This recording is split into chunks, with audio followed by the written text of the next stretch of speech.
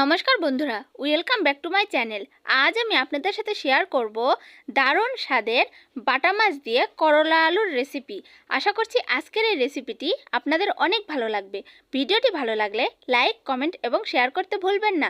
আর আমার এই চ্যানেলে নতুন হয়ে থাকলে চ্যানেলটি সাবস্ক্রাইব করে পাশে থাকা বেল আইকনটি বাজিয়ে দিন, যাতে পরবর্তী ভিডিওর নোটিফিকেশান সবার আগে আপনার কাছে যায়। আমার এই চ্যানেলটি সাবস্ক্রাইব করে আমার এই ছোট্ট চ্যানেলটির পাশেই থাকার অনুরোধ রইল। তাহলে চলুন বন্ধুরা, দেরি না করে ঝটপট ভিডিওটি শুরু করা যাক। রেসিপিটি রান্না করার জন্য আমি এখানে কি কি নিয়েছি তা আপনাদের দেখিয়ে দিচ্ছি। দেখতেই পাচ্ছেন বন্ধুরা, আমি এখানে প্রথমেই নিয়েছি দেশি করলা। এই করলাগুলো কিন্তু একদম তিতা লাগে না, আর যেগুলো হাইব্রিড একেবারে বড় বড় দেখতে, ওগুলো কিন্তু তিতা লাগে খাইতে। আর নিয়েছি আলু, পেঁয়াজ আর কাঁচামরিচ।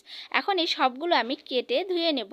তো বন্ধুরা দেখতে পাচ্ছেন করলাগুলো আমি কিন্তু চাকা চাকা করে কেটে নিয়েছি, একটু হালকা মোটা করে। আর আলুগুলো কিন্তু মোটা মোটা করে কুচি করে নিয়েছি। এই রেসিপিটি রান্না করার জন্য করলা আর আলুগুলো কিন্তু ঠিক এইভাবেই কেটে নিতে হবে। আর এখানে নিয়েছি পেঁয়াজ কুচি, পেঁয়াজগুলো ঠিক এইভাবেই কুচি করে নিতে হবে হালকা মোটা মোটা করে। তারপর নিয়েছি কাঁচা মরিচ চেরা, এক টুকরো আদা, আর নিয়েছি কিছু মটরশুঁটি। মটরশুঁটি দিয়ে যদি করলা আলুর এই রেসিপিটি রান্না করা হয় আরও বেশি মজাদার হয়। তো বন্ধুরা দেখতেই পাচ্ছেন এখানে আমি বাটা মাছ ভিজিয়ে রেখেছি। আসলে কালকে বাটা মাছ নিয়ে আসা হয়েছিল রাত্রেবেলা, তাই আমি কেটে ফ্রিজে রেখেছিলাম। এখন বের করে ভিজিয়ে রেখেছি। মাছগুলো ভিজে যাওয়ার পরে আমি খুবই ভালোভাবে পরিষ্কার করে ধুয়ে নিয়ে পরিমাণ মতো লবণ আর একটুখানি হলুদ দিয়ে মাছগুলো কিন্তু খুবই ভালোভাবে মেখে নিয়েছি। এখন শুধু মাছগুলো খুবই ভালোভাবে ভেজে নেওয়ার পালা। মাছ ভাজার জন্য সর্বপ্রথম আমি চুলায় একটি কড়াই বসিয়ে দিয়ে দিলাম কিছুটা সাদা তেল। এখন তেল খুবই ভালোভাবে গরম করে নিয়েছি। অবশ্যই খুবই ভালোভাবে গরম করে নিতে হবে, তাছাড়া কিন্তু মাছ দেওয়ার সাথে কড়াইয়ের সাথে লেগে যাবে, তখন মাছটা ভেঙে ভেঙে যাবে, আপনি আর ভাজতে পারবেন না। তাই অবশ্যই খুবই ভালোভাবে গরম করে নিয়ে একটি একটি করে মাছ এই তেলের মধ্যে ছেড়ে দিতে হবে। তো এক পাশে খুবই ভালোভাবে মাছ হয়ে গিয়েছে, আমি এখন একটি একটি করে সবগুলো মাছই অন্য পাশে উল্টে দিচ্ছি। দিয়ে ওই একইভাবে অন্য পাশেও 2 মিনিটের মতো করে ভেজে নেব। আমি মোট 4 থেকে 5 মিনিটের মতো এই মাছগুলো ভেজে নিয়েছি। মাছগুলো একেবারে মুচমুচে করে ভাজার দরকার নেই। তরকারি রান্না করার জন্য এমনভাবে মাছটা ভাজতে হবে, না কাঁচা আর না একেবারে মুচমুচে। ঠিক আমি যেভাবে মাছটা ভেজে নিয়েছি ঠিক এইভাবে ভেজে নিলেই কিন্তু পারফেক্টভাবে তরকারির জন্য মাছ ভাজা হয়ে যাবে। ব্যাস বন্ধুরা, এদিকে আমার সব ঝামেলাকর কাজ শেষ। এখন শুরু আসল কাজ। তো সর্বপ্রথম আমি একটি পাতিলের মধ্যে কুচি করা আলুগুলো দিয়ে দিলাম, তারপরে দিয়ে দিলাম পেঁয়াজ কুচি, মরিচ চেরা, আর দিয়ে দিলাম মটরশুঁটি। এখন দিয়ে দিচ্ছি স্বাদ মতো লবণ আর পরিমাণ মতো হলুদ। দিয়ে দেব কিছুটা পরিমাণে সাদা তেল। তার আগে দিয়ে দিচ্ছি আমি আদা আর জিরে বাটা। যেই আদাটা নিয়েছিলাম ওই আদার সাথে কিন্তু আমি জিরে বাটাও দিয়ে দিয়েছি। তারপরে এর মধ্যে তেল দিয়ে খুবই ভালোভাবে মেখে নিচ্ছি। এমনভাবে চটকিয়ে চটকে মেখে নেব যাতে মরিচ আর পেঁয়াজ খুবই ভালোভাবে মাখা মাখা হয়ে আসে। করলা দিয়ে যদি আপনারা এইভাবে মাখার রেসিপি রান্না করতে চান তাহলে কিন্তু অবশ্যই করলা আগেই দেওয়া যাবে না। তাহলে এইভাবে যদি করলা দেওয়ার পরে চটকিয়ে চটকিয়ে মাখা হয় তাহলে কিন্তু করলা তিতা না হলেও সেটা তিতা হয়ে যাবে।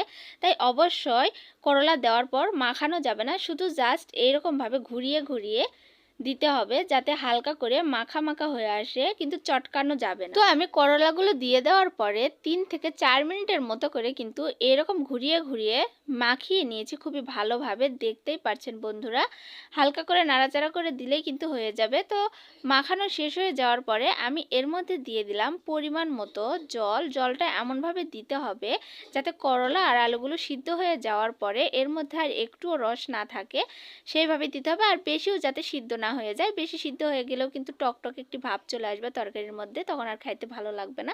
তারপরে আমি এর মধ্যে দিয়ে দিলাম একটি একটু করে সবগুলো বাটা মাছ, দিয়ে আবার হাত দিয়ে খুবই সুন্দর করে মাছগুলো চেপে চেপে দিলাম। এখন আমি পাতিলটি চুলার উপরে বসিয়ে দিয়ে চুলার আঁচটি একটু বাড়িয়ে দিয়ে একটি ঢাকনা দিয়ে ঢেকে দিলাম। এখন বলক ওঠা পর্যন্ত অপেক্ষা করব। 3 থেকে 4 মিনিট পর আমি ঢাকনাটি সরিয়ে নিয়েছি। দেখতেই পাচ্ছেন বন্ধুরা, তরকারিতে কিন্তু খুবই ভালোভাবে বলক চলে এসেছে। আমি আরও একবার ঢাকনা দিয়ে ঢেকে দেব 3 থেকে 4 মিনিটের মতো। ব্যাস 3 থেকে 4 মিনিট পর আমি ঢাকনাটি আবারও সরিয়ে নিলাম। এখন আর ঢাকনা দিয়ে ঢেকে দেব না, এখন জাস্ট এভাবে জল শুকিয়ে নামিয়ে নিলে কিন্তু রেডি হয়ে যাবে একেবারে পারফেক্টভাবে করলা আলু দিয়ে বাটা মাছের রেসিপি। 7 থেকে 8 মিনিটের মধ্যেই কিন্তু দুইবার ঢাকনাতে ঢেকে দিয়েছি আর তার মধ্যেই জলটা কিন্তু অনেকটাই কমে এসেছে আর আলু করলা সবগুলো কিন্তু খুবই ভালোভাবে সিদ্ধ হয়ে গিয়েছে।